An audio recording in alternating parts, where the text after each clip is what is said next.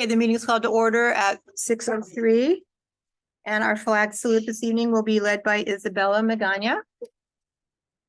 Thank you, Isabella.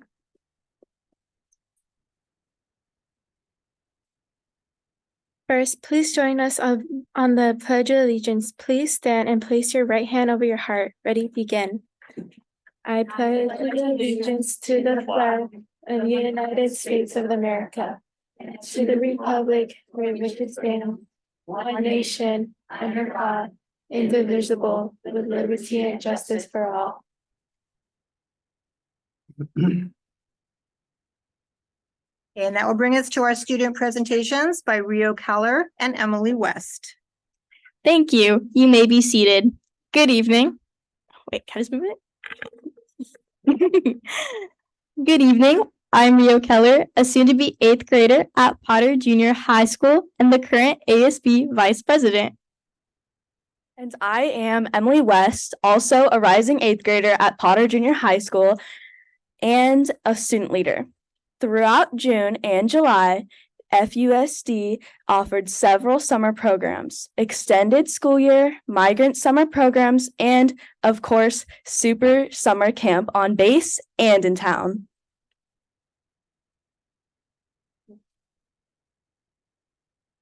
Please enjoy this video that shows some of the highlights from this summer.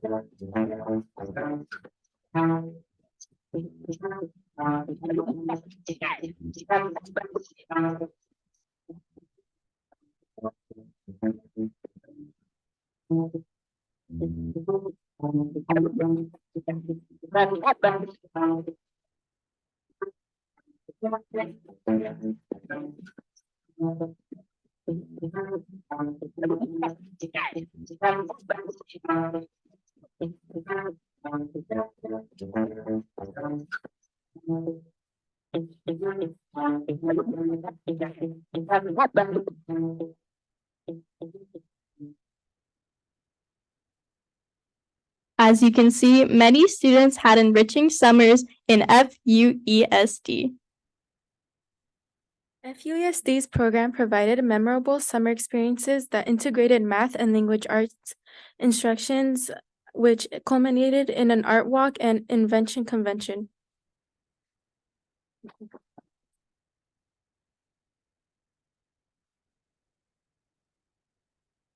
Thank you, ladies, so much for your presentation and for sharing our video. I'd love to present each of you with a certificate for your leadership to Rio, Isabella, and Emily. Come on up.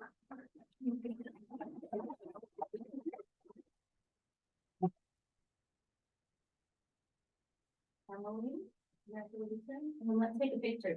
Do you guys want to go? Board members, will you come on over too? Okay, they did great.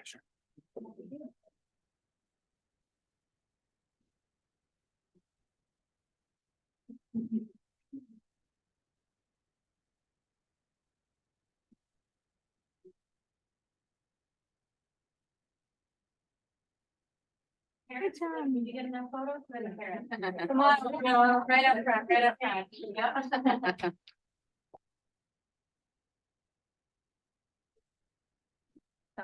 Great job. All right, thank you, thank you, thank you. Thank you so much.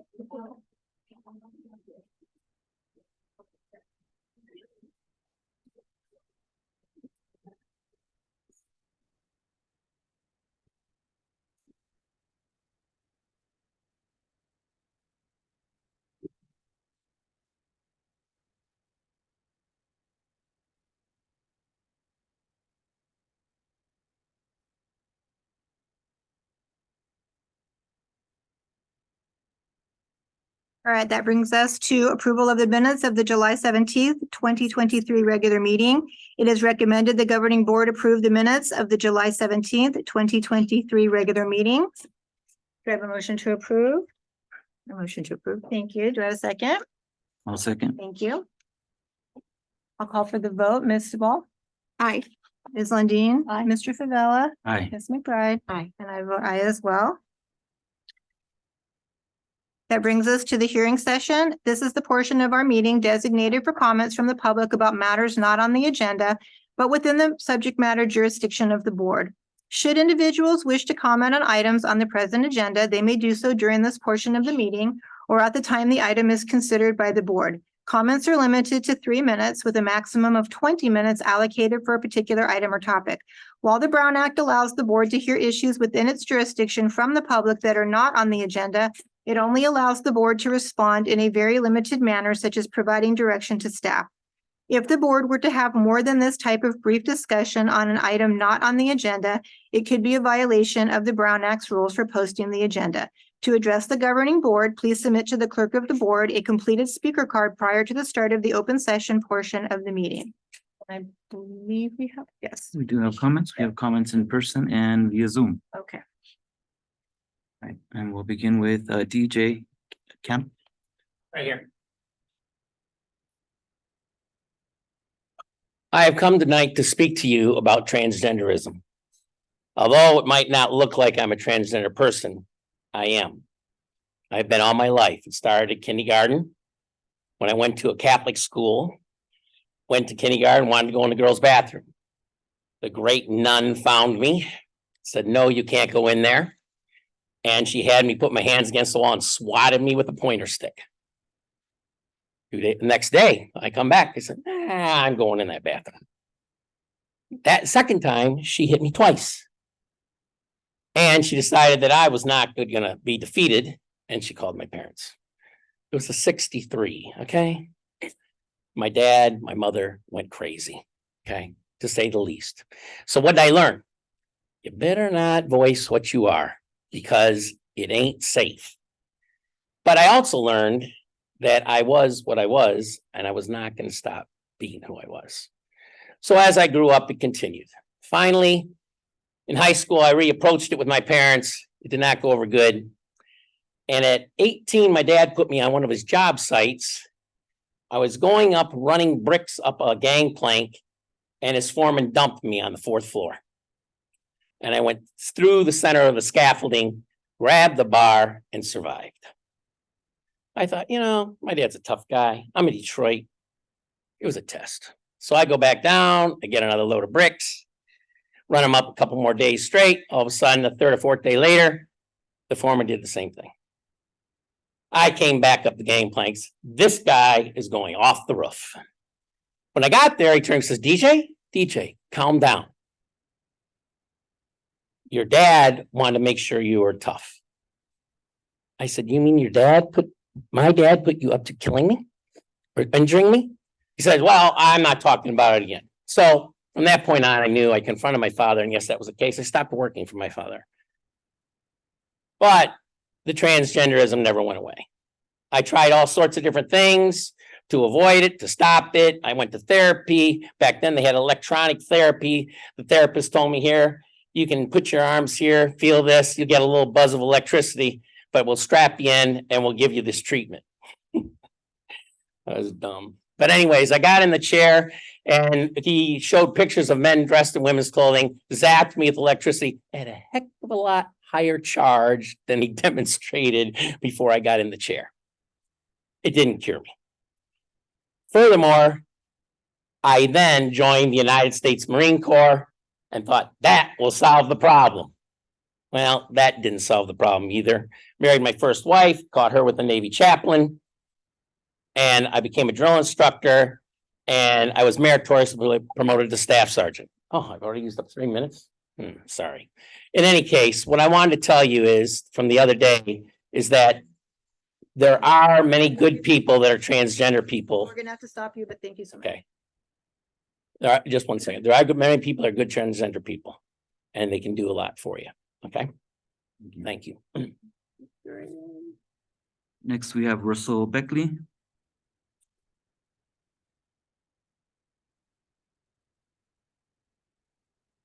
Ladies and gentlemen, good afternoon. I just want to say, sir, I 100% agree with you, right? And this is America. We just said the Pledge of Allegiance, liberty and justice for all. That's what America's about. I'm sorry you went through that as a child. Truly, I am. A few things I want to talk about. One is I was going through previous board meetings, and I remember seeing one, Dr. McCrae, where you were going to be traveling to, I believe, Washington, D.C. And we hadn't heard anything else about that. So I'm hoping maybe when the board reports, you kind of tell us, how that went and what it did for the district. Also, I want to voice to Dr. McCrae, Mr. Favela, and Ms. London that I'm pretty disappointed with how you guys voted at the last board meeting. I was really excited seeing that maybe you guys were actually going to do something for the parents, and it was a half measure. When we first met, Dr. McCrae, you said you were glad that I was here because my kids have my last name.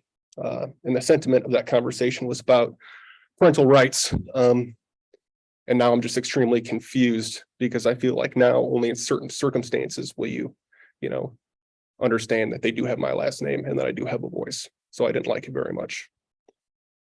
So for the next minute and 40 seconds, I'm going to tell you guys about why I pulled my kid out of super summer camp at San Onofre School. And I mean, I love seeing these videos and it is absolutely great. And I'm sure some kids had an awesome time. But my daughter came home and she started telling me how a few of the teachers, and I sent this to you guys in an email, but nobody responded.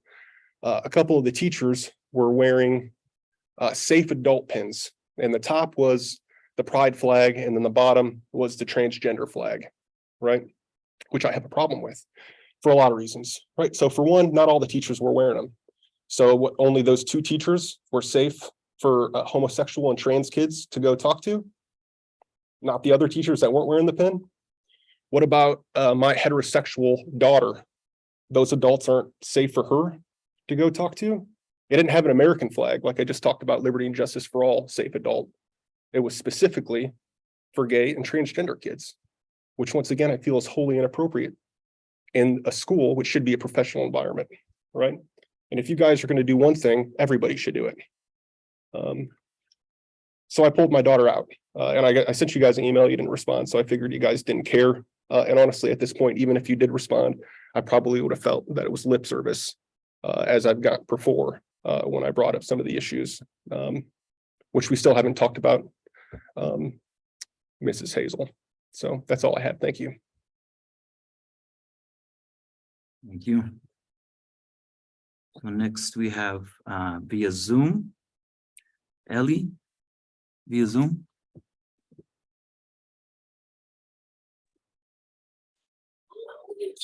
Hello? Hello? It's Eli. Yes, we can hear you. Hello? Hello? Go ahead. You're on. You got 3 minutes.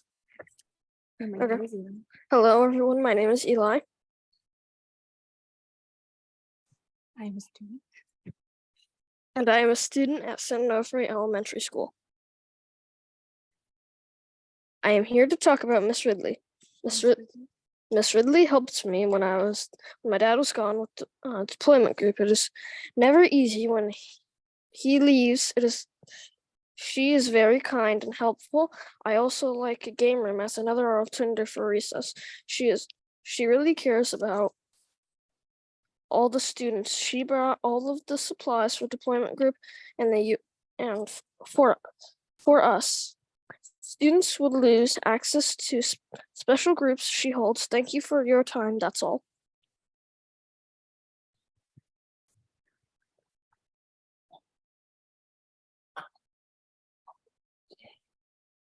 Thank you very much.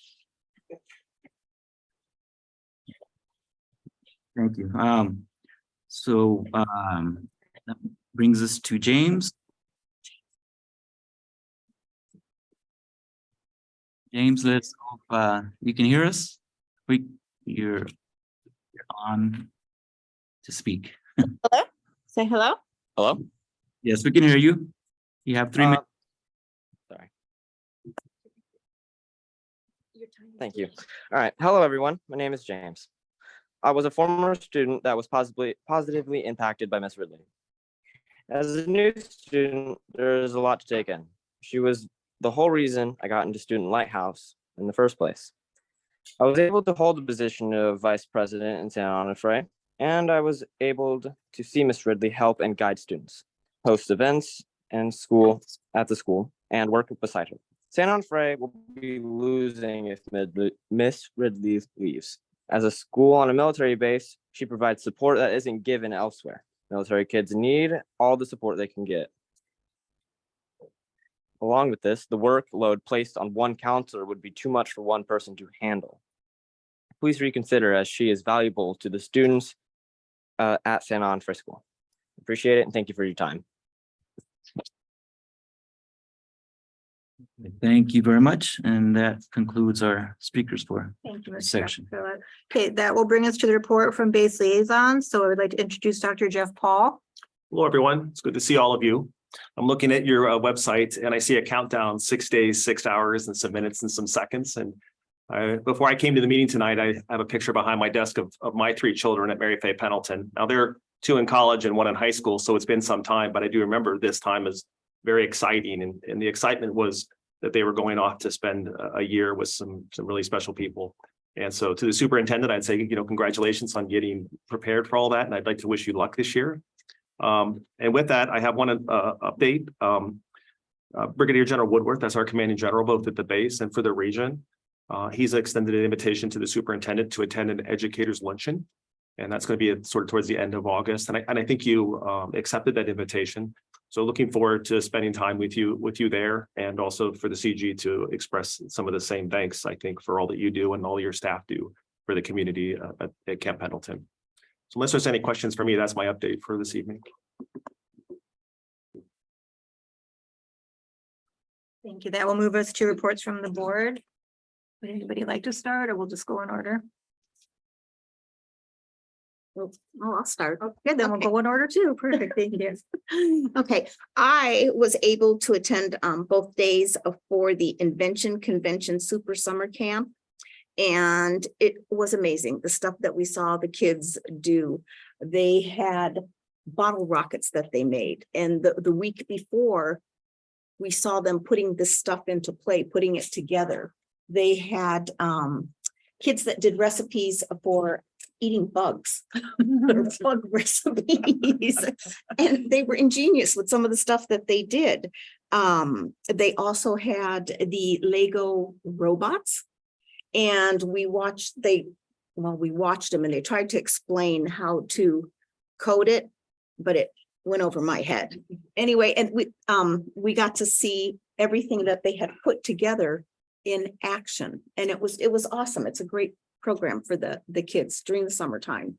I mean, it was, and the teachers are awesome that are doubling up on their teaching all summer and then into the regular school year.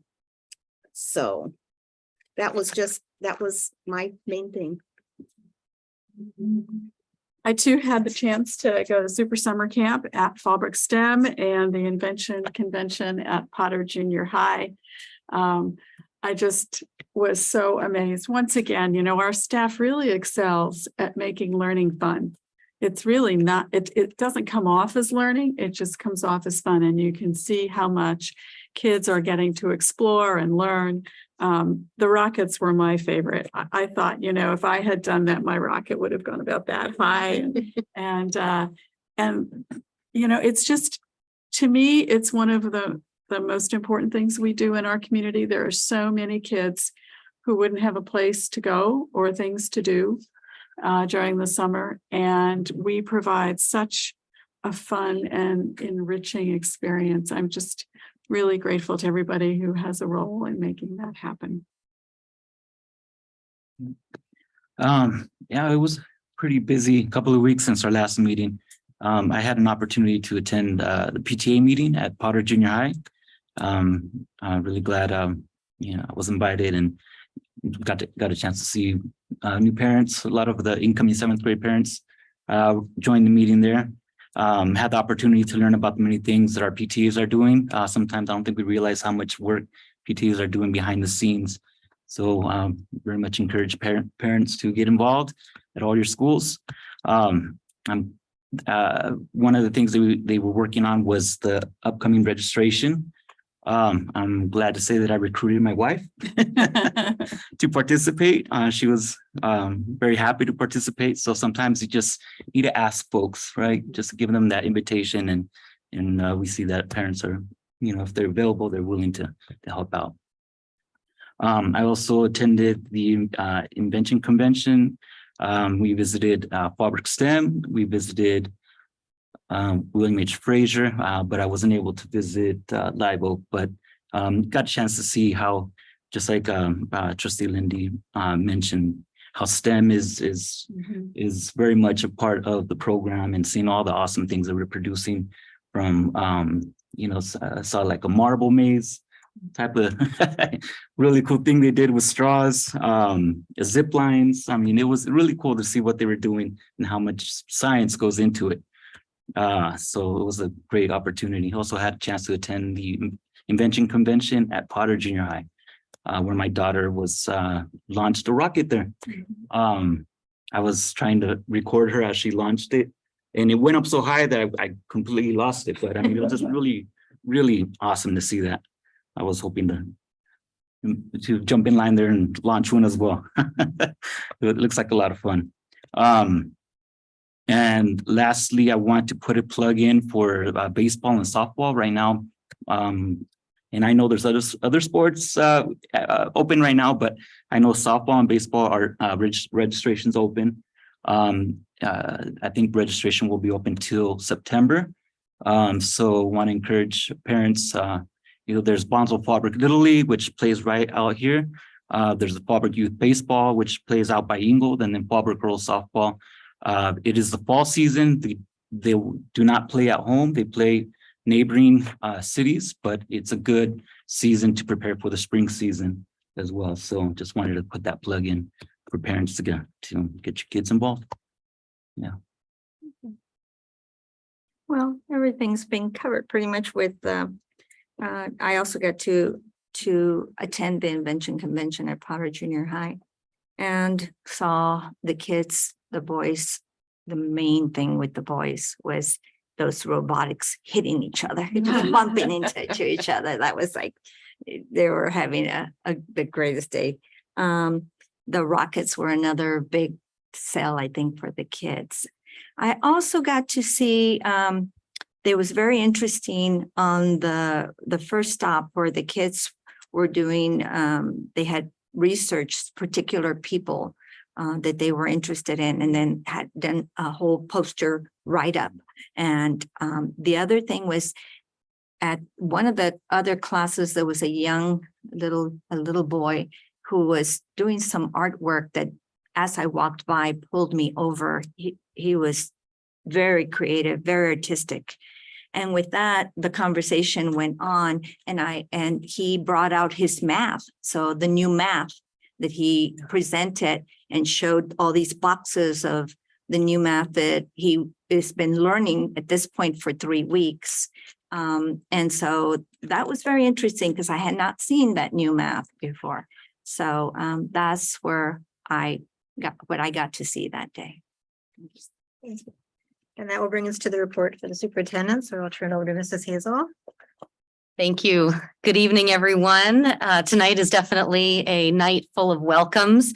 I want to welcome again Dr. Jeff Paul, our Camp Pendleton-based liaison. I'm really glad to have you back here in person. I know you've been following us virtually, but we're really thankful to have you here in person. So thank you for being here. I want to welcome Armando Farias and Leonard Rodriguez to the dais in their new official positions here. So welcome. I'd like to also welcome our new district staff who joined our FUESD family. So we had our new staff orientation today for all of our new certificated teachers. And I have to say that we really hired the best and the brightest. And I really am so excited to have them working with our students in the classroom. So it was a wonderful morning being able to greet all of the new staff and the new teachers that were here. So July has been really busy. You heard a lot about our Super Summer Camp, our Migrant Education Program, our ESY program. I also want to give a shout out and just acknowledge the HR department. And they have just been working very diligently over the weekend. They've been doing job fairs at the schools. So I've really appreciated the fact that we're not just putting an ad in the newspaper. We're not just posting it online. We're actually setting up shops at our schools, trying to reach our community. So we come to you. We are customer service based. And so I was really excited to hear about that.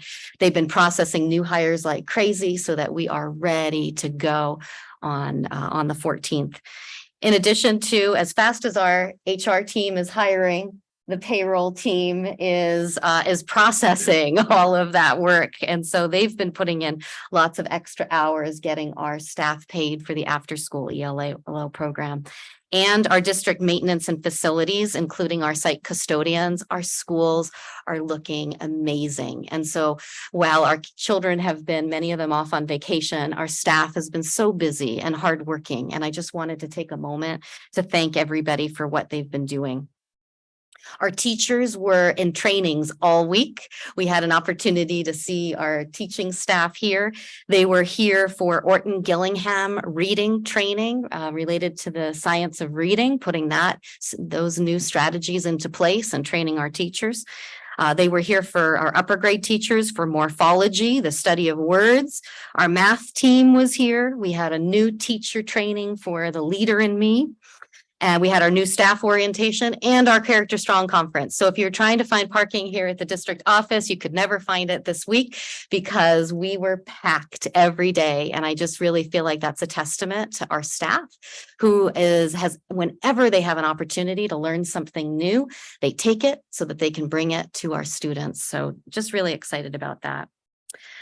Quick shout out to our two principal, Dr. Gonzalez, assistant principal Jessica Ramirez, and Robert Hush from Potter Junior High School. We got a lot of feedback about your back to school registration fair from our families, and they really appreciated to see the staff out in full force, meeting the new administration, welcoming our students. Sometimes transitioning to junior high is a little bit scary for some of our students and maybe more for our parents. And so our staff just did an amazing job of ensuring that all of our new families felt that deep sense of welcome and belonging at our school. And I just wanted to thank you for going the extra mile to make that special. Like you had shared, Mr. Favela, we had the PTSA there, ELAC, Migrant Ed, CNS, Transportation. We had our dad's group, the Watchdogs, the Boys and Girls Club, and the Fallbrook Community Health Center were all there to talk about their programs and their services. So it was really just a great event that I wanted to highlight. I know we heard a lot about our super summer camp, and so I was there with the team in awe of all of the work that was happening. I just want to share that I'm so proud to lead a district and to be on a board that supports our super summer camp. There's a lot of districts around the county that were not able to offer summer programs for students. And so it's really something that's impressive. Every child who wanted to be at super summer camp had that opportunity. We had a place for children to go, and it was a rigorous academic program in addition to just being really fun. So I just wanted to appreciate that our board dedicates our funds to our families based on what our families need. We've got some meet and greets coming up on August 11th that we're really excited about at every school site. Our parents are invited to come to the school ahead of time before that first day. So that parents and children can meet their teacher before the first day of school to make that personal connection so that they can see where their classroom is, so all the nerves are gone and all the excitement and the energy is there. So be on the lookout for those meet and greet events. And we're ready for August 14th and an amazing year. So that's it for my update. Yeah, thanks.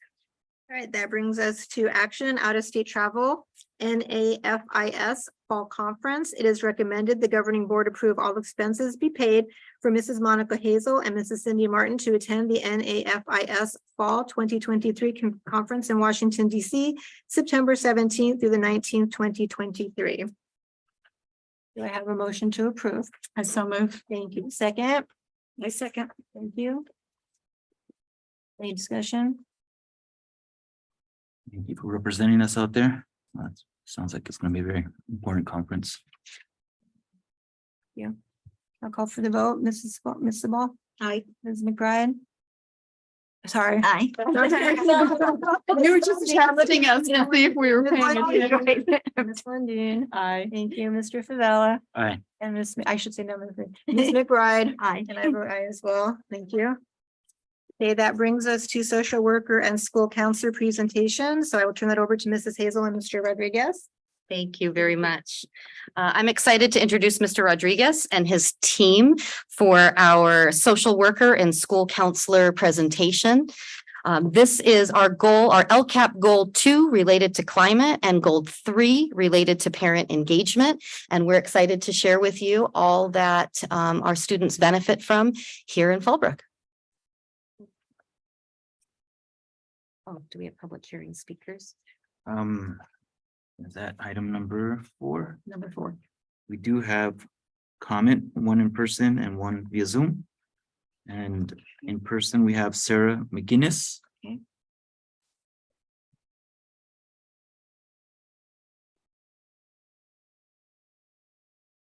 Good evening, and thank you for allowing me to speak.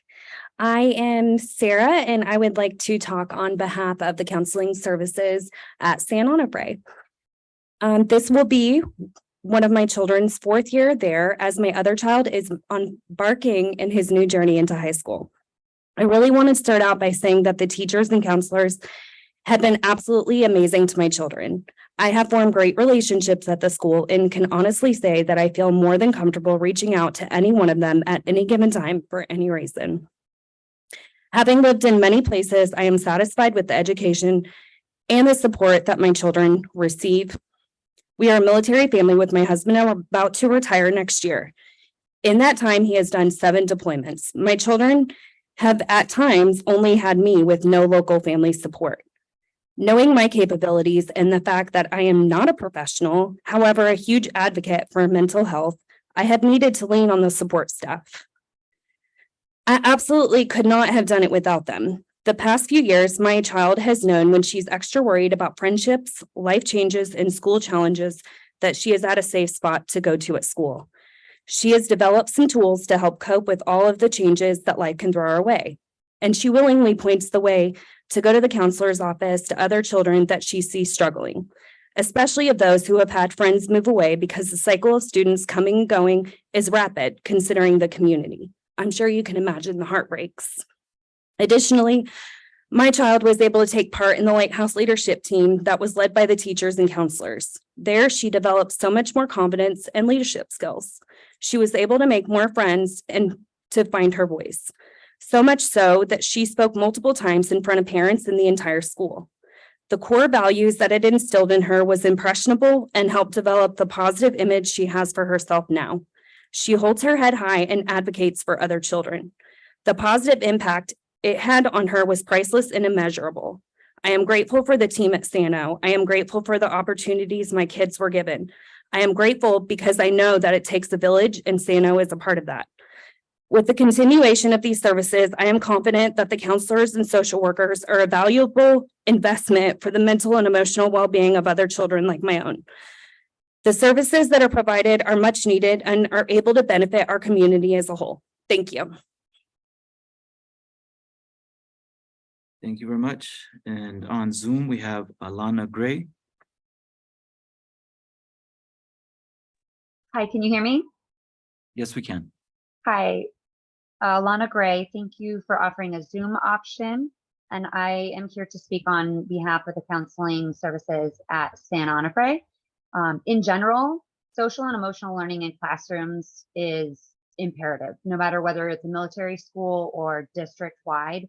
Given the last few years with COVID, other stressors, family stressors, our children have big emotions, their brains are still developing.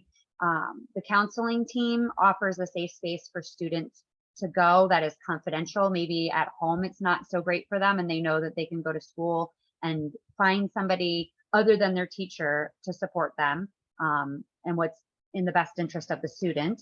It's also a great resource for our teachers and for the parents to help take some of the stress off of them so that they continue to show them academic support in other ways. It also improves our academic achievement individually and as well as class performance. And our social workers, our counselors, Ms. Ridley, Ms. Finkel, are professionally trained in their problem solving and providing safe solutions, in guiding families with resources and networking, especially to new teachers. And just on the military side, as one of our parents just stated, the amount of stressors that our military children go through on a daily basis is huge. Just like today, my daughter wanted to come home from camp at Boys and Girls Club because she missed her dad who went on TDY to Virginia today. Which brings me to my personal points. My daughter has anxiety and ADHD, and the counseling team is imperative in not only in treating that at school in their 504s, but also in helping with diagnostic tools as well. They gave Miss Georgie additional resources. I've had Miss Ridley, my daughter contacted her several times. Miss Finkel has helped my son Mason. And she's also been able to help his teacher, Miss McGurk, point out that some of his tick behaviors in class were also prevalent. And so because I saw Miss Finkel recognizing that, I've been able to get a diagnosis for my son with Tourette syndrome. And he, this coming year, will come into 4th grade with that diagnosis and will need additional services at school as well as we embark on his 504 journey. They also are building trust, confidence. They strengthen the relationships in school and at home. Their team addresses bullying. As the other parents have mentioned, the Lighthouse team at San Onofre has been huge for my children. I am so grateful, so grateful to the team. And I would encourage, not just for Sano, but I would encourage the board to please reconsider cutting any kind of support services and counseling and social work across the district. In the time that I've had in all public schooling, the counseling team at every school that we've been to, and my kids have been to several. But thank you so much. We appreciate your comments. Thank you. That's it for that agenda item. Thank you.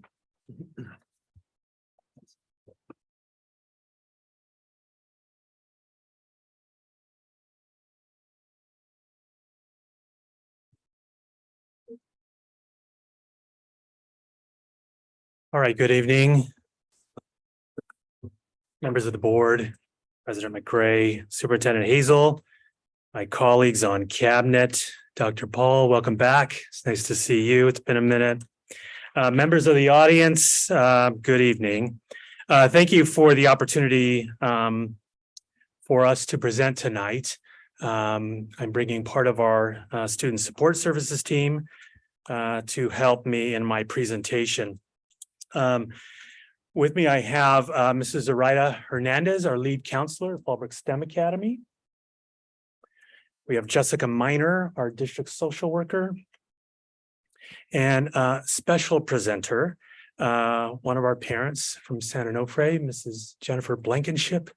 She has a deeply personal story to share with you about her family and the support that she's received from our social worker out there, Mrs. Reed, who's joining us tonight as well. Thank you for being here, Mrs. Reed. Oh, I've got the clicker. Thank you.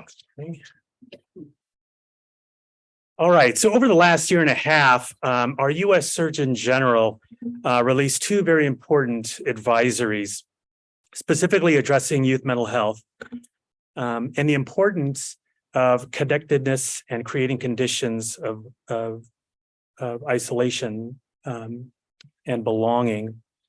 Back in December of 21, he said mental health challenges in children, adolescents, and young adults are real and widespread. Even before the pandemic, an alarming number of young people struggled with feelings of helplessness, depression, and thoughts of suicide, and rates have increased over the past decade. And just in this last May,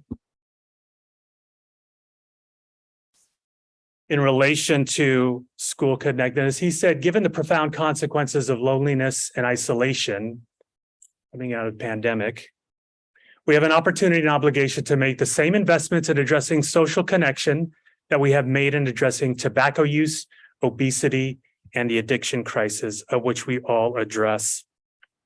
And he came up with these recommendations.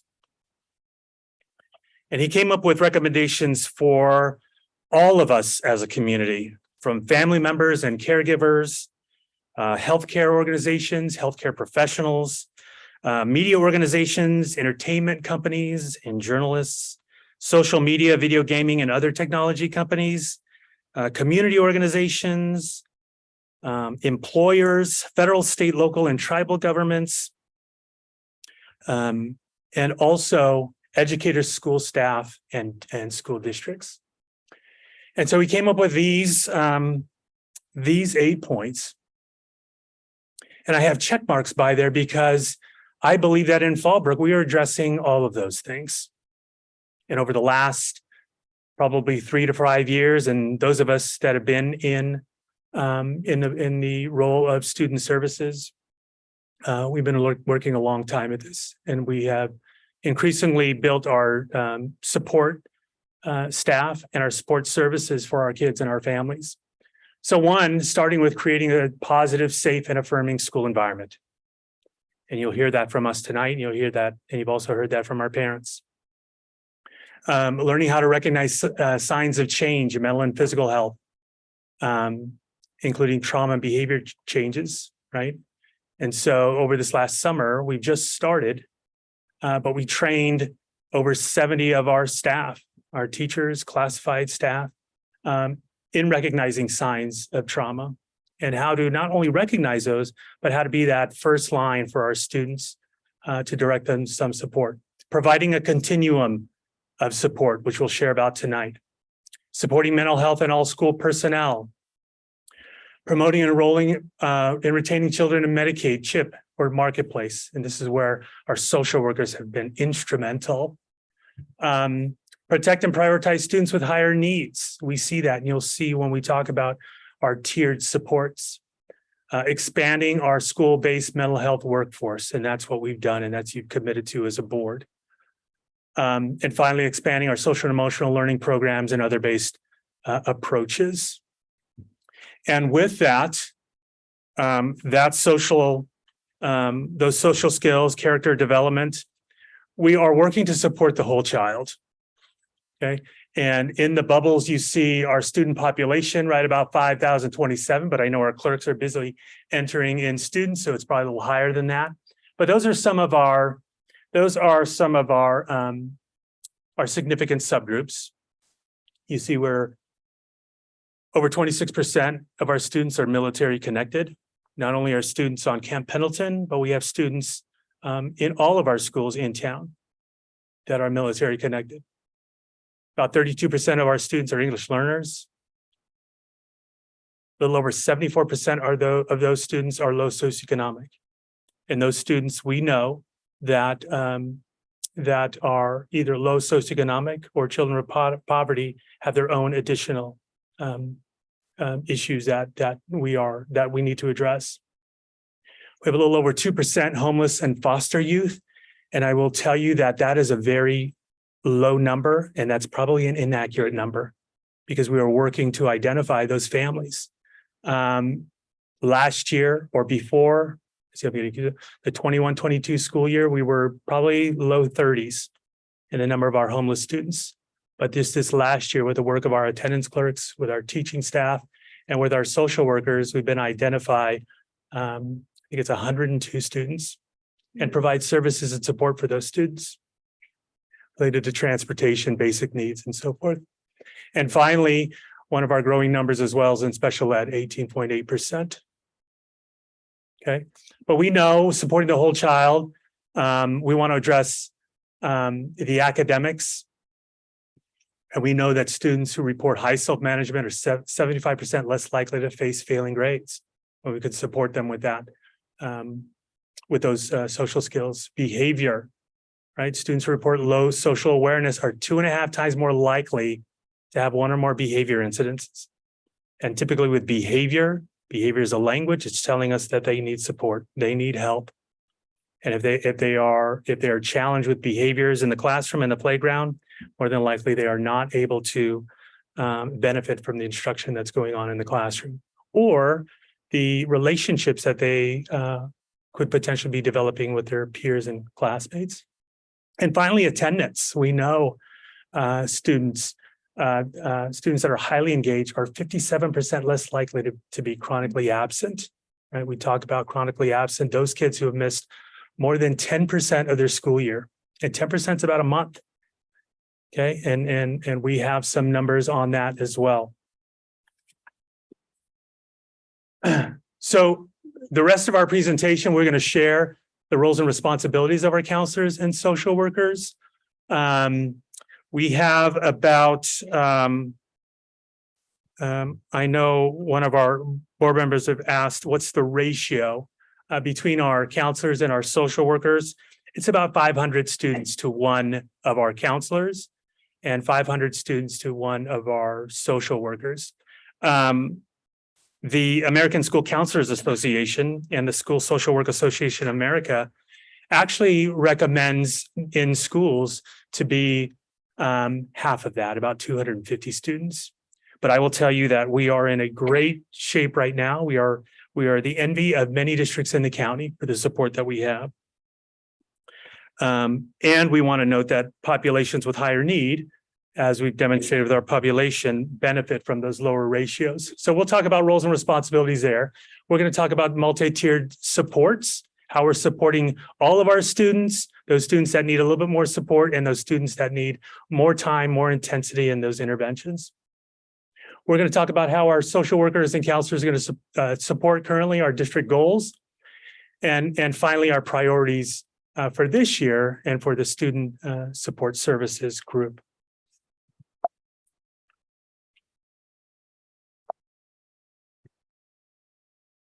Okay, and now I'd like to bring up Mrs. Hernandez, who is going to share about our counseling program.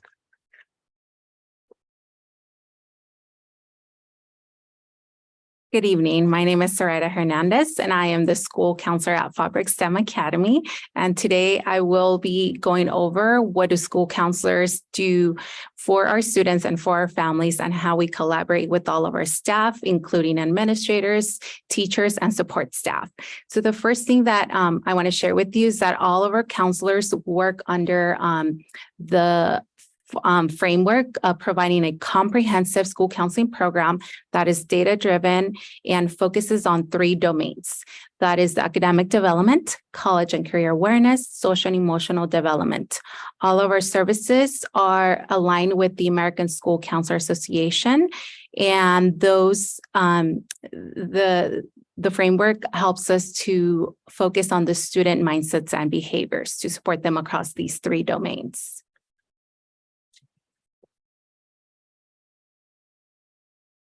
Hi, my name is Jessica Miner, and I'm the district social worker. I'm so excited to be here with you tonight and report a little bit about what our team does and who we are and the goals that we have for our program.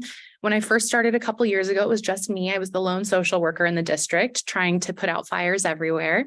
Last year, we added a team of 3 more social workers. So there was 4 of us. And I'm happy to report that this year, because of the investment that you've allowed our department to make, we are fully staffed with 9 social workers, meaning that each of our schools now has a social worker that exists solely at their school, which is going to be instrumental for our kids.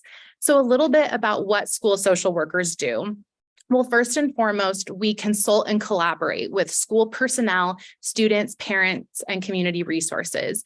School social work acts as the link. So you see up there's a little diagram. We link between the community, the school, the home environment, and the child, ensuring that if there's breakdown in any of those areas, that we help find resources, that we coordinate programs and interventions to ensure that student needs are met.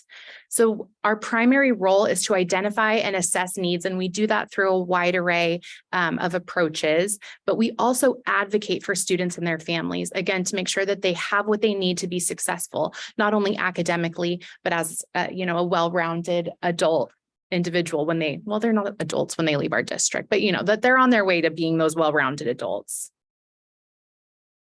So this is Abraham Maslow, and he is an American psychologist, and he created this theoretical framework of Maslow's hierarchy of needs, which essentially states that unless physiological needs are met, so that would be like food, water, clean air, that an individual cannot progress to the next step in this pyramid. And what we have found is that many of our students are struggling in these bottom 2 pyramids. They lack the resources that they need. They lack food, they lack housing, they lack safety. So when our team of social workers can come in and help connect them to those resources, we then are essentially making the way for them to move into belongingness, love, self-esteem, and ultimately ending in self-actualization, which is just a really fancy way of saying thriving. And what we have found is that that's where learning occurs, that our kids cannot learn if they're wondering where their next meal is from, or where they are going to sleep that night, or what they might be exposed to when they go home. And so if we can help meet those needs in the school environment and provide that safety, that security, and then have our counselors come in and build those positive self-feelings on top of that, then we've done our job in creating that foundation where kids are going to be able to learn to retain information and achieve the academic success that we know they all can. So one of the ways our team operates is in an MTSS framework, which stands for multi-tiered system of support. So this is a comprehensive framework that again aims to support the whole child.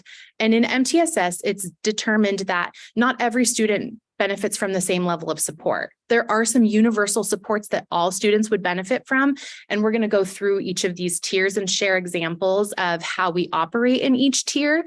But MTSS essentially says that as student need increases, so should the matched interventions, so should the resources. So not all of our kids are going to be operating in that higher tier, those higher needs, but each of our students benefits from a certain level of intervention, support, and resources.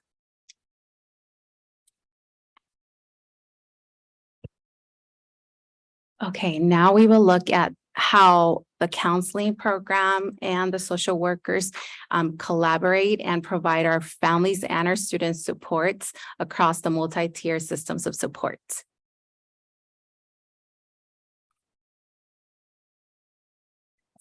So like previously mentioned, not all students will need all the tiered level supports.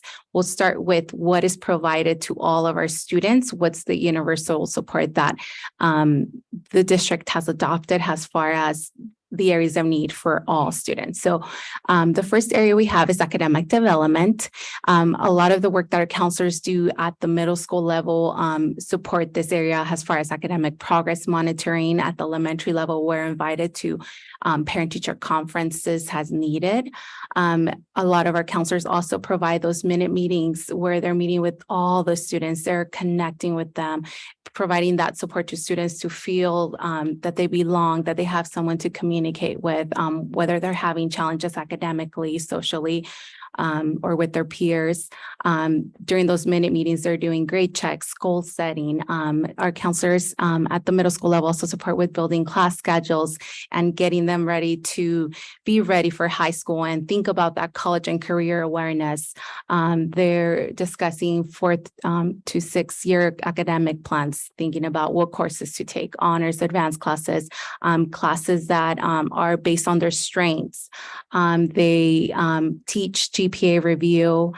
So those are just some of the academic development supports that we provide as counselors. As we go through the different tiers, counselors spend a lot of time at that tier 1 level where we are working with all students to promote that school connectedness, belonging, and positive climate activities. For the career development, we support our students with exploration of careers and their interests. Last year, one of our major, sorry, was that me? I think I clicked that. There we go. One of our major accomplishments last year was that counselors hosted a career day at every single school in our district. Through this amazing event, we invited families, parents, community partners, and staff to provide that early awareness and connection to students to start thinking about their future career goals. Our school counselors also use Thrively, a program that explores student strengths and matches with potential career options. Some of our schools did college visits to San Diego State University and Cal State San Marcos, where students were able to go into a classroom, a lab, and see how it feels to be on campus, and to know that one day they can be there and connect with that career exploration, especially if they are first generation, first in their family to go to university.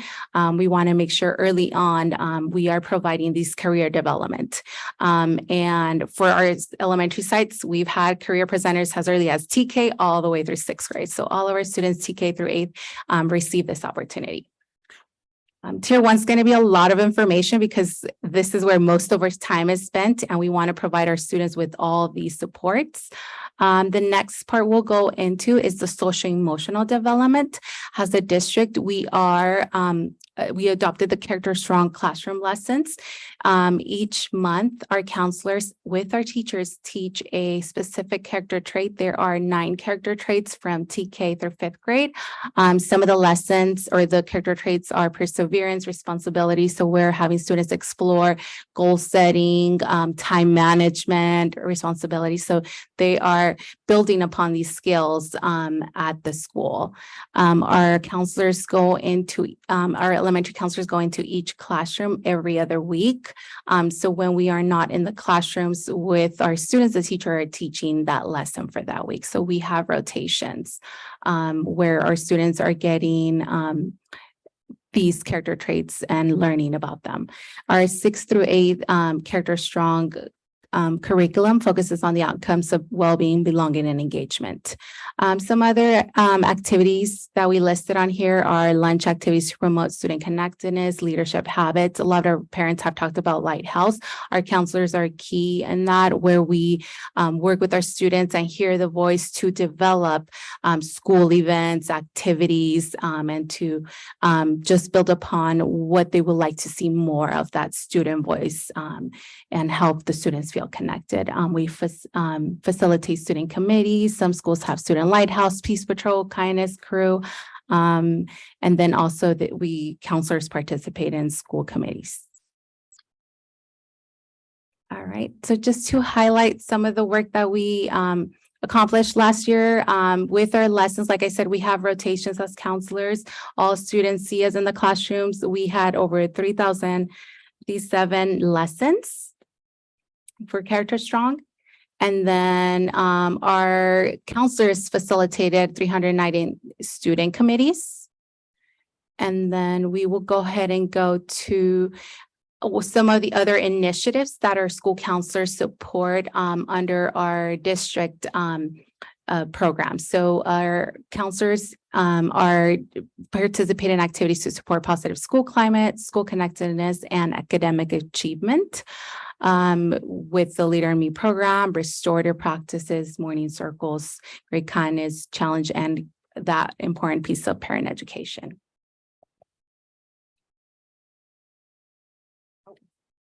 $40 parent education opportunities for last year. Okay, so here are just some examples to illustrate what we have done has the school-wide tier 1 level. Kindness activities during lunch activities where students maybe have earned and are working towards different goals. We celebrate them. And then there's a picture of our counselor where we highlight going into every other week in the lessons.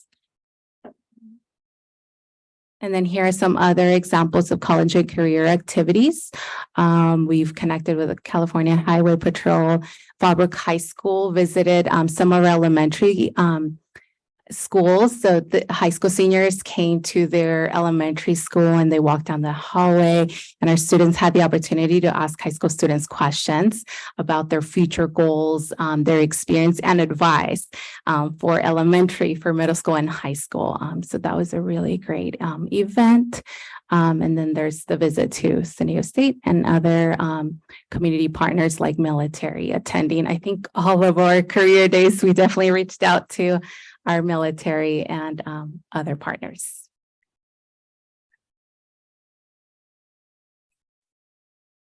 So there's a lot of information in tier 1. It's going to get a little narrower and more pointed as we go into tiers 2 and 3. So tier 2, at this point, we're actively using data to identify student needs, to identify students that are maybe having more extreme behaviors or struggles so that we can connect them with the programs and resources they need. So some of the data sources we use are attendance. We know that when students are in school, that tells us something, and when they're out of school, that tells us something as well. We conduct a student well-being survey 3 times a year. We do receive parent consent for participation in this survey, as we also do for, we call it CHICS. It's the California Healthy Kids Survey. We get a lot of fantastic data from this, and we'll be sharing some of that with you. We know behavioral referrals show data, as do grades and citizenship on campus. So in tier 2, this is also where our small group counseling occurs. So this would be students that maybe are struggling academically with their study skills, or maybe social, emotional, or character development. And those are some of the groups that our school counselors are going to be delivering. We do require parent consent for participation in any of our groups. And then our social workers are the ones that are really going to be delivering those mental health groups. So those are going to be our kids who have parents that are getting ready to leave on deployment. As Mr. Rodriguez mentioned, we have our 2 schools on base, which obviously are highly military population, but we also have military kids at every single school in our district, all of our in-town schools as well. And we have found that when things are happening in the military, or people are getting ready to deploy, we see an increase in student needs, student behavior, requests to be meeting with the counselor because they're struggling, and creating this group can create a safe space for them to get together to process what they're experiencing. Additional examples of groups are resilience, grief and loss, students who are struggling with parental divorce or separation, and then feelings of anxiousness, depression, things like that. This last year, we had 854 skill group sessions. So that would be our learning strategies, our study skills, and our social, emotional, and character development groups. And we had 186 mental health group sessions at our schools. We also support students in creating and supporting academic plans. And so while some of that happens at the tier 1 level, it also happens a little bit more intensely at the tier 2 levels for our students that are struggling with their grades, struggling with their study habits. We support through academic plans, check-ins and checkouts to make sure that they're staying on task. And then also our team, both our counselors and our social workers, participate in student, family, and teacher meetings. So sometimes this looks like conferences, our student survey team. So when a kid is struggling, but we're not exactly sure what's going on or the right support, we'll hold an SST. And then we support with 504 plans and our school attendance review teams as well. We attended and participated in 538 family meetings over the last academic year. So then we move into tier 3, and this is where, if MTSS is operating properly, this should be the highest level of investment for our team, but with the smallest percentage of students. So this is going to be our students who are struggling with chronic absenteeism. And one way that we support is through attending home visits, doing case management. So trying to figure out with the family, what's the barrier to attendance? Is it transportation? Is it school aversion? Is it mental health? Is it that a parent just is getting back into the workforce and is using their student as childcare, which we've seen several times as well. So we work with the family to figure out how to get kids back into classrooms. We work with parents and guardians and caregivers to understand the importance of kids being in class. And then we also have tiered re-engagement strategies. And so this is ways that we are actively engaging with the student at each level and with each staff member to ensure that they know that their presence is missed when they're not on campus, that when they're not in their seat, that their teacher notices, that the attendance clerk notices, that the counselor notices, that all of these people care deeply about them and we want them here. So over the last school year, between 21 and 22 and 22 and 23, we experienced an 11% decrease in chronic absenteeism. And while I think this number is definitely something to celebrate, there's still a lot of work to be done in this area. And Mrs. Hazel has given us the task as the district to decrease our numbers of chronic absenteeism by an additional 10%. So we have this goal that we're going to be working on this year, collaborating with not only our social workers and counselors, but our attendance clerks, our community partners, and making sure that kids are in class. We also work with outside community providers such as mental health services, community agencies, and partners.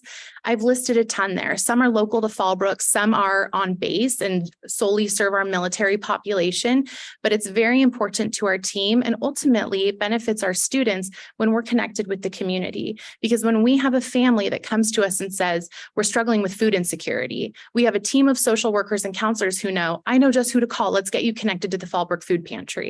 We just took all our social workers to the Fallbrook Food Pantry. They learned how families qualify and how they access. And without services and relationships like this, then our family needs are going unmet.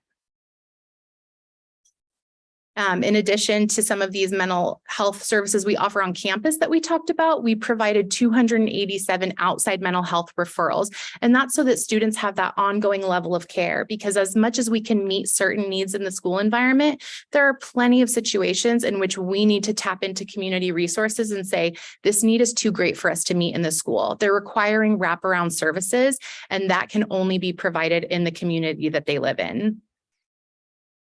Some additional tier 3 services include short-term counseling, and again, parental consent is required. We have 2 different levels, and this is our social emotional check-ins that our counselors provide, as well as our mental health counseling that our team of social workers provide. So over this last school year, our counselors provided 3,790 check-ins with students, and our social workers provided 1,083 mental health sessions. We also support with behavior support and intervention. We work closely with our behavior techs and our behavior specialist to make sure that referrals are getting placed for students who need them. We support behavior plans and help provide tips and tricks to teachers for meeting student need. We also provide crisis intervention.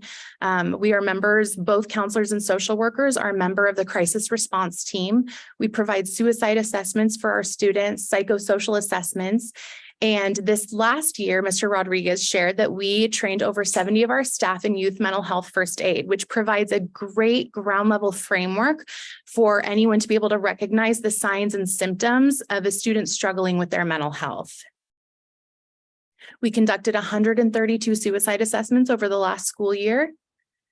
And we also provide case management. Mr. Rodriguez shared a bit about our homeless students. They would fall under the purview of the McKinney-Vento Act, which provides, let's see, what's the best way to say it? It provides protections and resources for students who are struggling with homelessness, and then our students who are in foster care, whether they're awaiting placement or whether they've been placed in permanent placement. We want to work with that family to ensure that they have what they need to be successful, not only in school, but outside of school.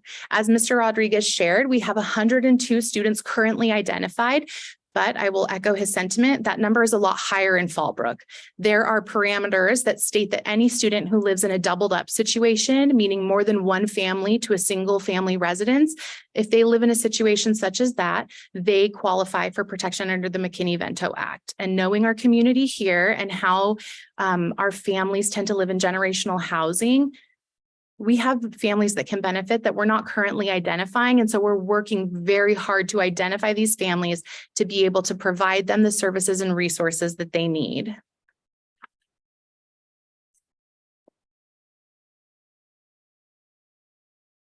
For this next part of our presentation, we are going to share some of the student responses or their voices from our well-being surveys. One of the questions that ask our students is thinking about everything in your life right now, what feels the hardest for you? And these were the student responses. 3 loved ones passed away in the last 2 years. I tried so hard to hold back tears. My dad deploying again, keeping my anxiety under control.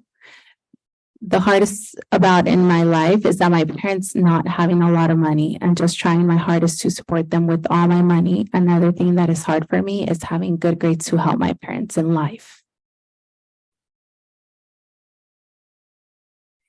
And here's another question that our students responded to. What can teachers or other adults at school do to better help you?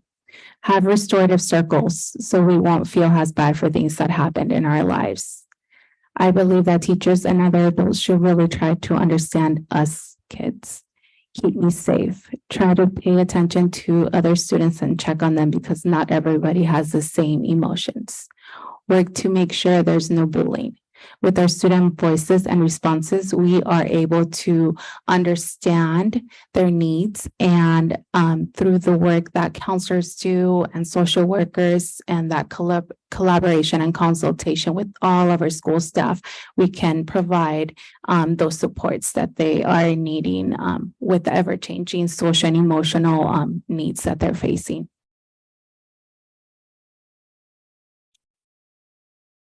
Thank you. At this time, I did want to include parent voice, and this is Jennifer Blankenship. As I said, she's a parent from San Onofre. I'm going to ask her to come up, please share.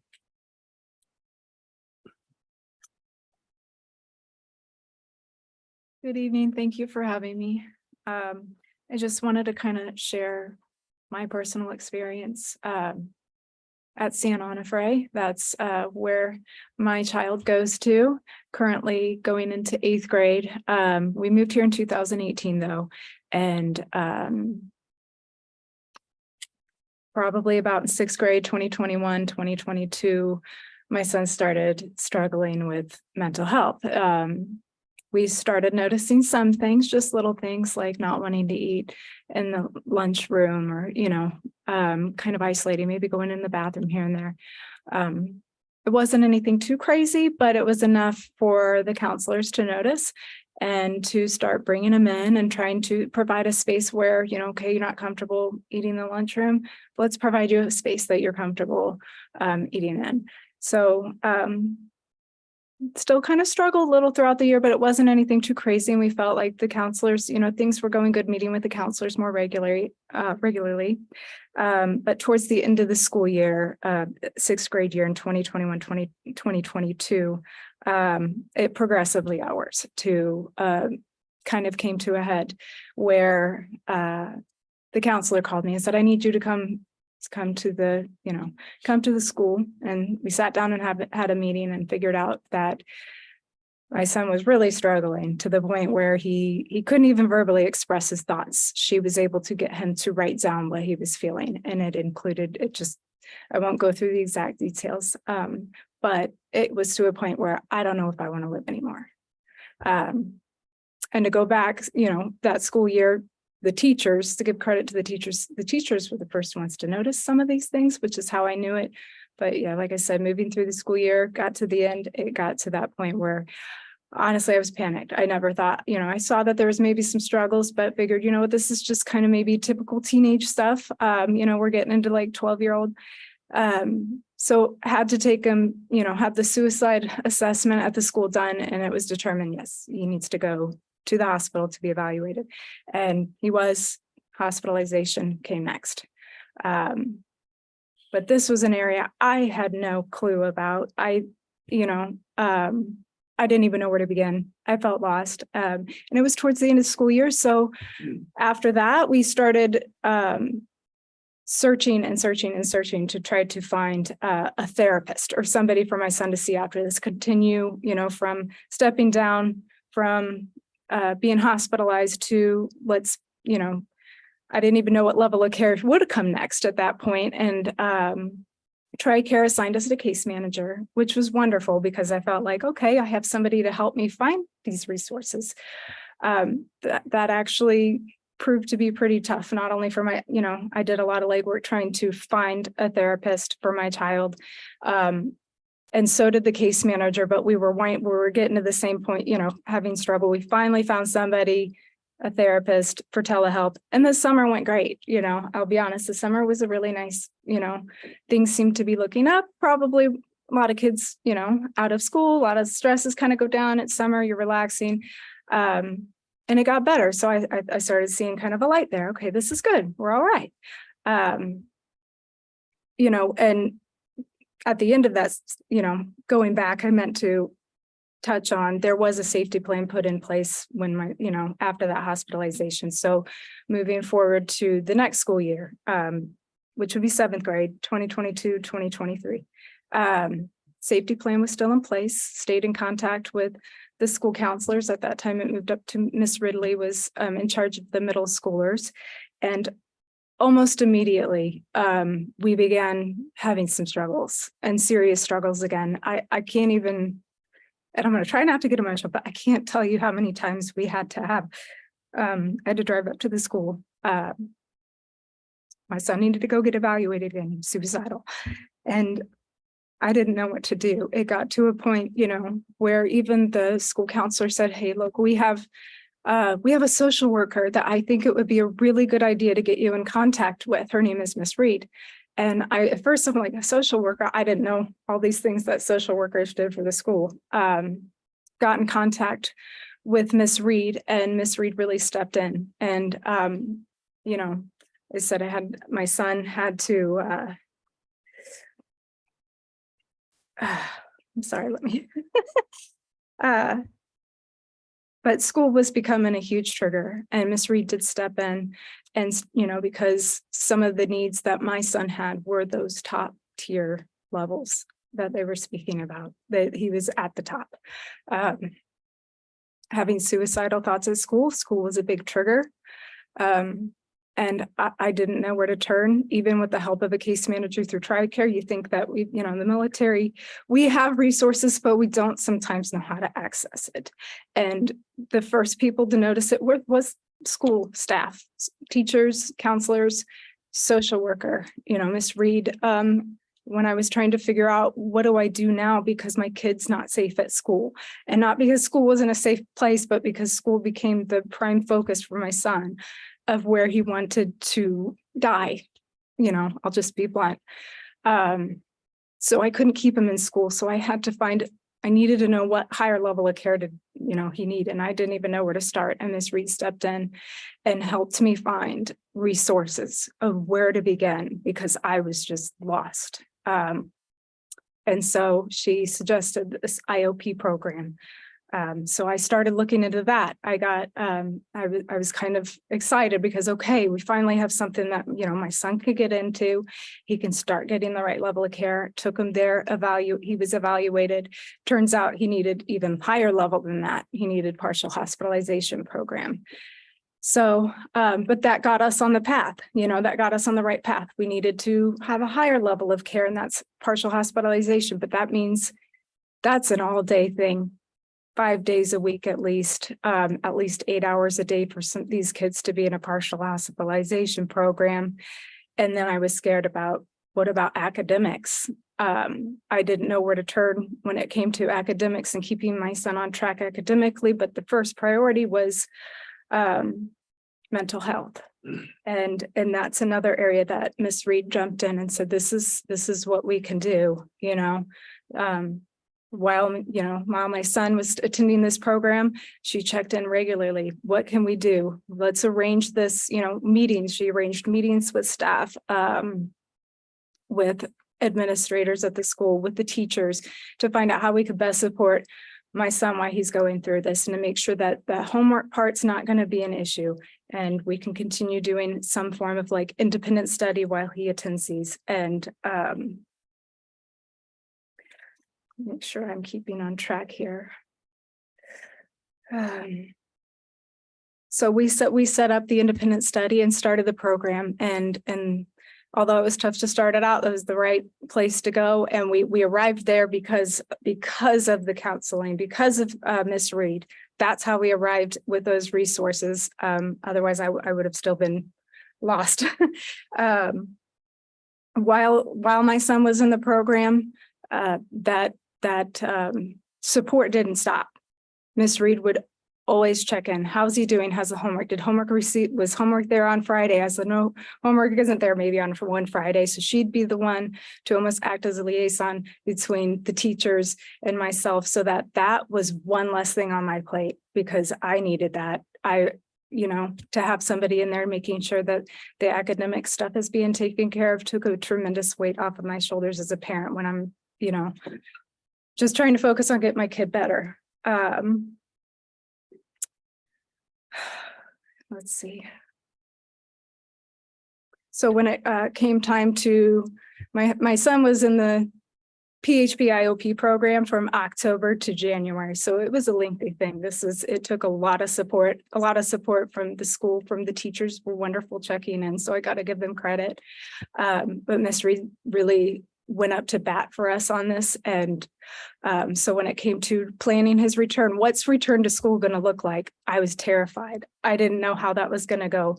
So she arranged meetings. Let's arrange meetings, and let's figure out how we can get McAdam back into school and not rush it. So we planned his return, a slow return, to school enough, and building up on that. And we made sure, Miss Reed made sure that we got the meetings done for like 504 plan. Let's get that in place, and let's make sure the safety plan's on track, and that the safety plan is being followed, that all staff knows it, including the teachers, including the front office, including the nurse, because the nurse needed to know too. If my son needed to, I need to go to the nurse's office, or I need to go see Miss Reed, that the doors were always open. Everybody knew what was going on, so that, my son wasn't wandering, or so that he was safe at school. And I know that took a lot of effort for everybody, but it was effort that, it kept my kid alive while at school, and it's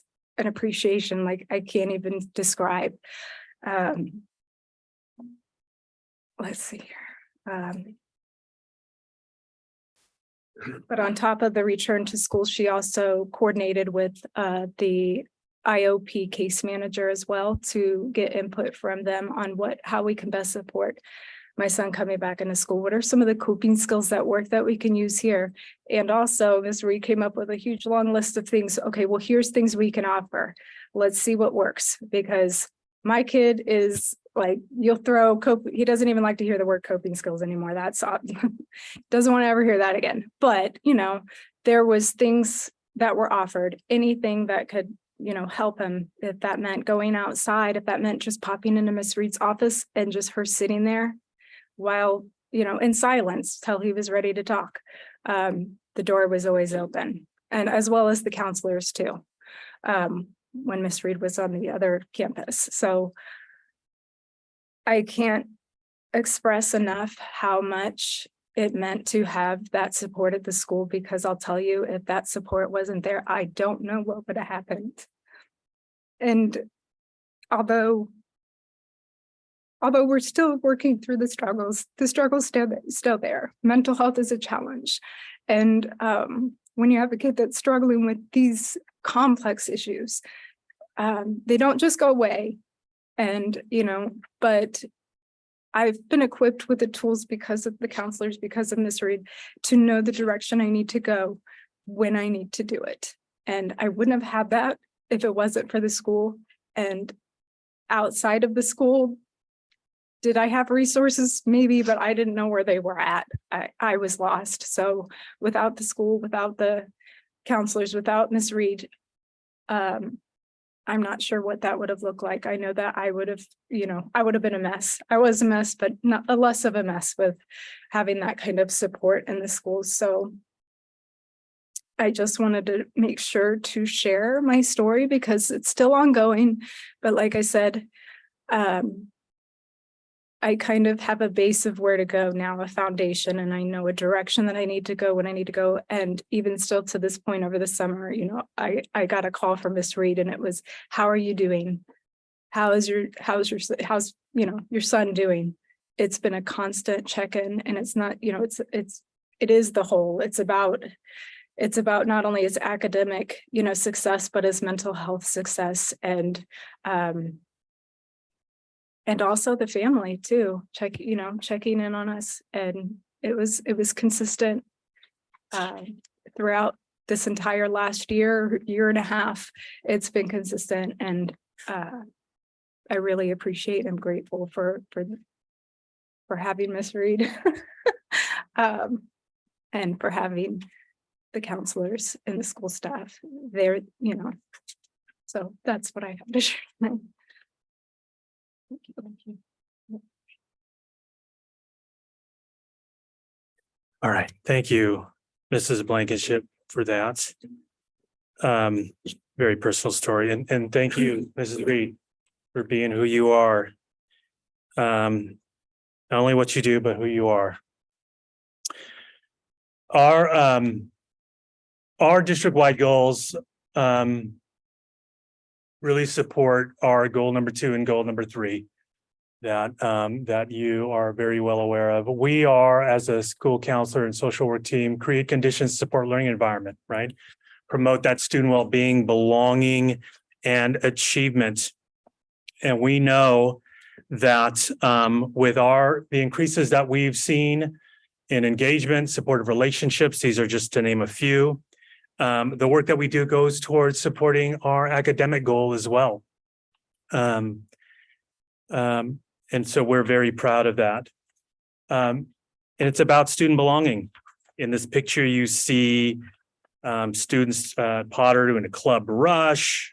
We have our Veterans Day recognition down there in the bottom left, Potter Junior High School, Student Leader of the Month, Kindness Week, lots of things to engage our kids, to create, again, that sense of belonging where they feel welcome, they feel supported, they feel valued, their voice is heard, they're given choice in their learning and the activities they participate in at school. We have 3 broad priorities here going into this school year. We are very excited to be offering our Caregiver Academy with our counselors and social workers. That's our monthly parent guardian education opportunity that will be offered virtually in both English and Spanish. We're very excited about that. Character Strong, we're going to build on our Tier 1 character education program, which Ms. Hernandez talked well about, and we're implementing a Tier 2 program as well for those kids that need some extra support. Our counselors, with your approval, attended the Character Strong workshop conference in Seattle this last month and had nothing but positive things to say. Something that says probably one of the best things that they've attended. And finally, going along with Mrs. Hazel's 10-10-10 10% decrease in chronic absenteeism using our tiered re-engagement strategies, providing more professional learning to our educational partners, and again, focusing on supportive relationships and increased sense of belonging. We know that in our department, we are going to hit that mark because we already hit it last year. We hit 11%. So we know what we need to do. I told Mrs. Hazel had shared that when she was meeting personally with all the principals, she had recognized after all of our meetings, she says, yeah, that's a strength.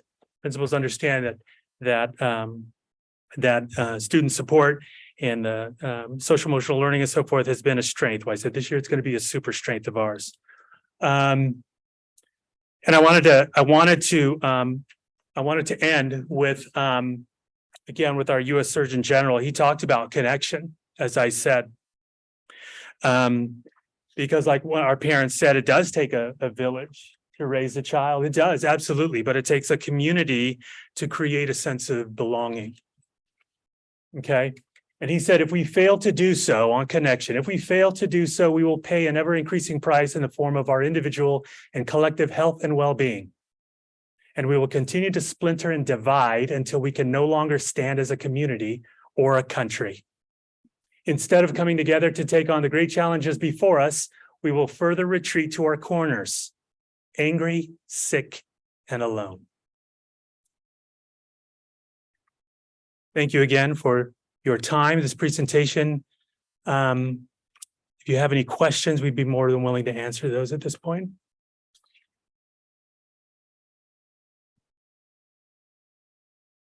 Thank you. Can I just say one thing? To all of you who participated in this and to our parent, this was probably one of the most important presentations I've been at in my 2.5 years on the board. And thank you for sharing your story. I would like to echo that. Thank you, Mrs. Blankenship, for your testimony. Very impactful. I think it's something you said, I think was right on in terms of, knowing that we have the resources, but that we don't know how to access them. These are resources that are critical. And it's very real. I'm familiar with some of the challenges. I know what some of my daughter's friends are going through, and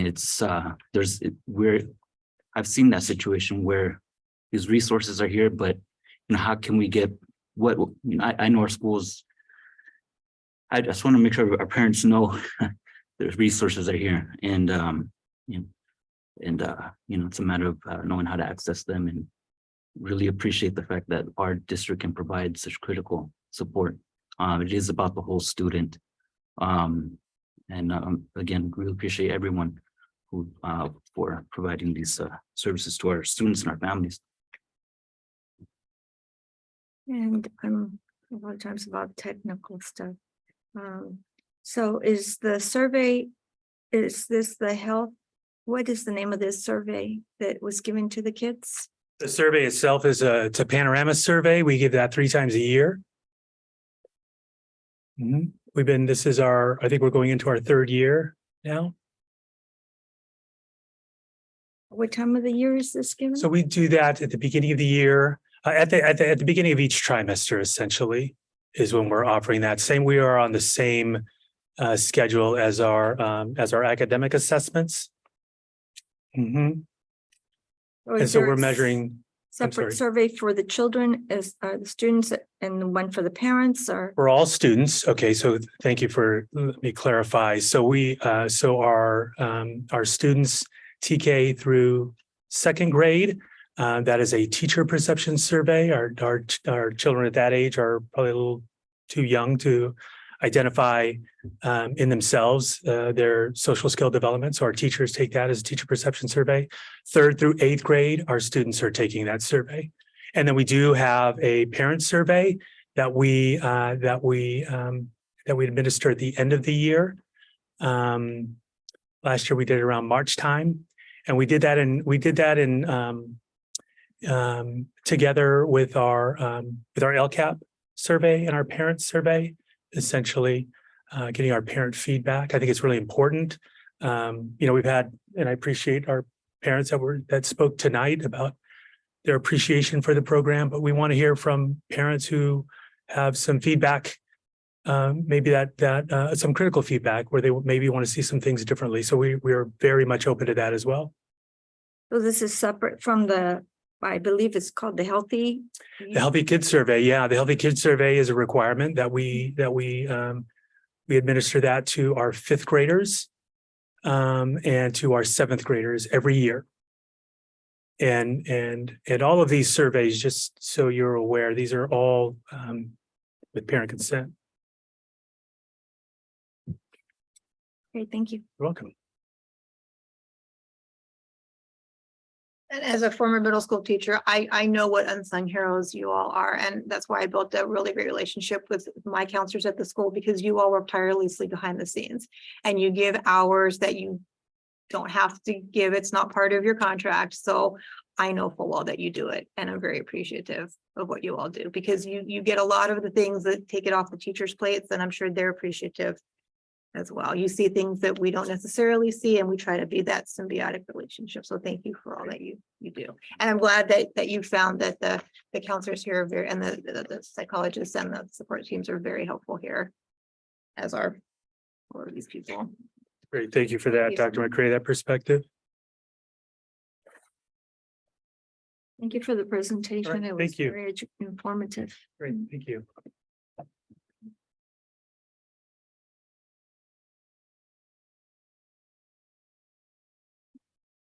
And that brings us to action resolution number 1-2324 to designate authorized representative to San Diego County Schools Risk Management Joint Powers of Authority. It is recommended the governing board approve resolution number 2-2324 to designate an authorized representative to San Diego County Schools Risk Management Joint Powers Authority, hereforth known as JPA. Do I have a motion to approve? Motion approved. Thank you. Second. I'll second. Thank you. The vote, Ms. Sabal.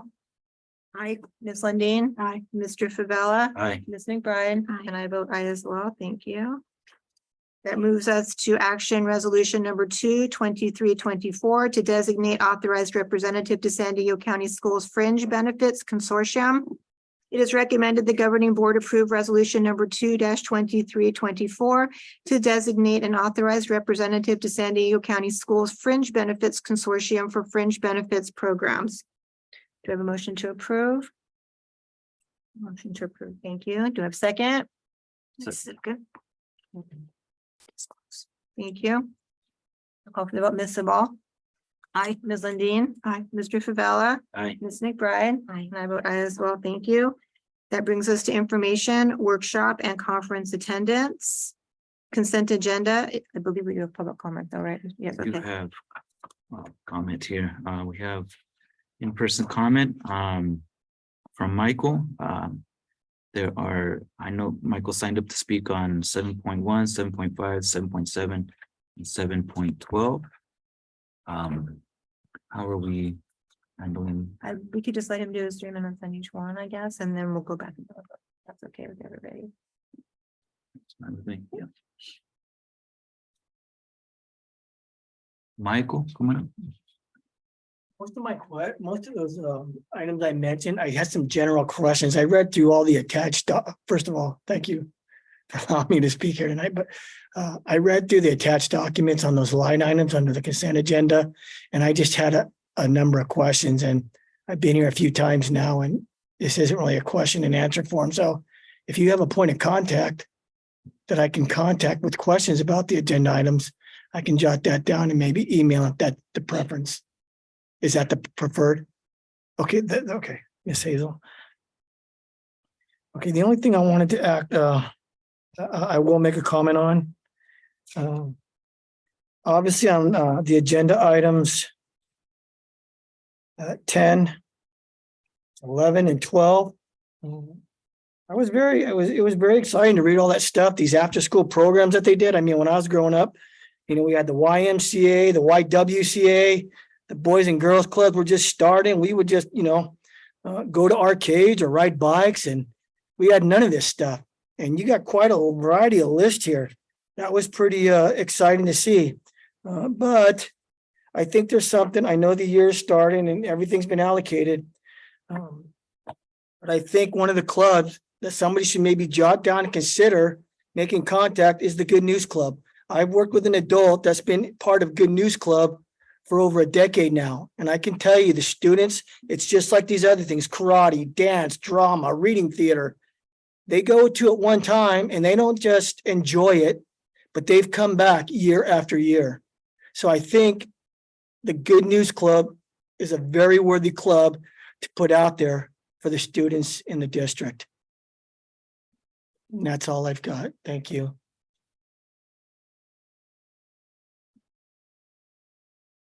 And that's it for comment.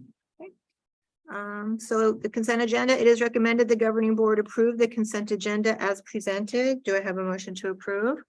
I'll make that motion. Thank you. Do I have a second? Second. Thank you. And for the vote, Ms. Sabal. Aye. Ms. Lundin. Aye. Mr. Favela. Aye. Ms. McBride. Aye. And I vote aye as well. And that brings us to adjournment at 7:40.